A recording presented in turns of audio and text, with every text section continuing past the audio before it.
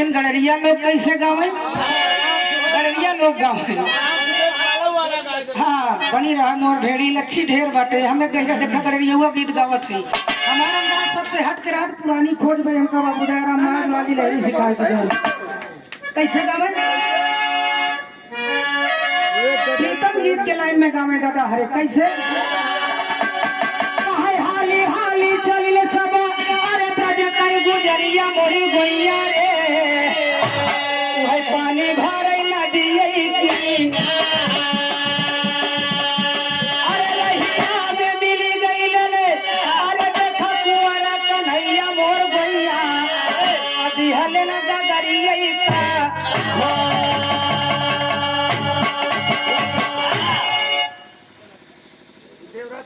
अच्छा आदरणीय बड़े भैया देवराज यादव जी के पिताजी आदरणीय जिनकी धर्मपत्नी जी का आज दुनिया से नाता टूटा है उनकी छत्र छजा सदा के परिवार पर है।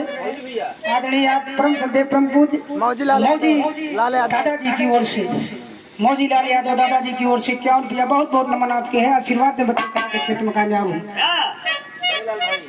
अच्छा ये बड़े लाल भैया जी की ओर से भाव को समझते हुए बहुत सारी महाराज 21 रुपया देकर के सम्मान समाज के लोग गाँव में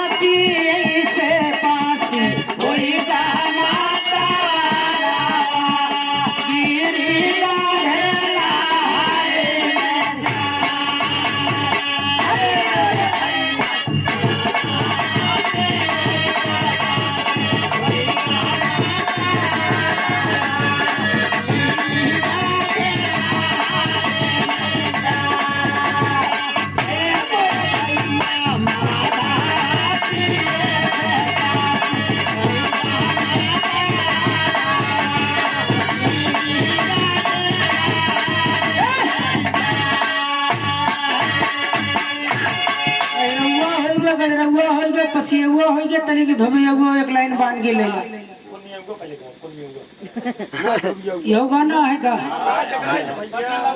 हाँ एक से बोले नहीं आवे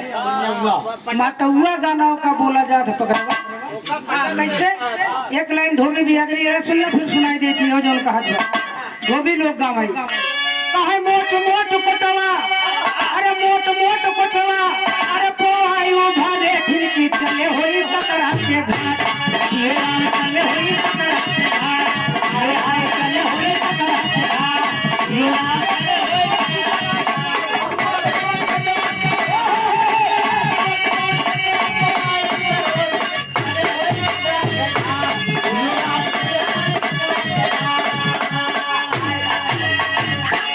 गाजी मियाँ का छोटे मोहरिया हमसे निहुरना चलते चलत मोर पौआ पिराने के रौजा नियर कई जब से मरी रमजनवा कमाई अजुए तनी के दिखान का दिखान लाल जी लहरी के न गाना गाय न रत्ना कर जाना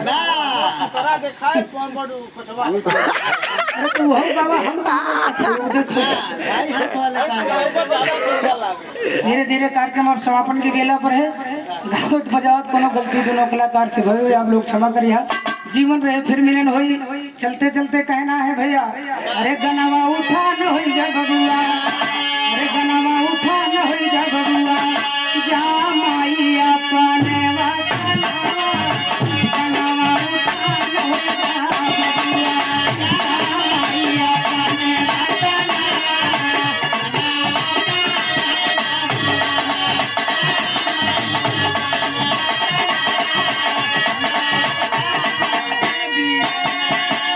अरे धर्मराज बिरजेश भैया अरे नहीं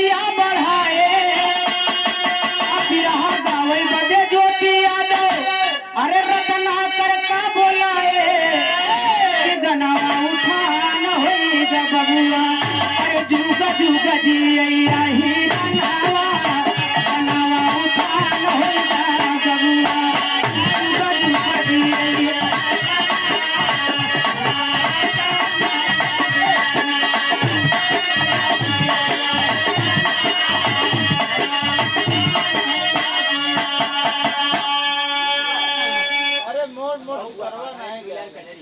अच्छा भैया ए माई तनी के बैठी रहे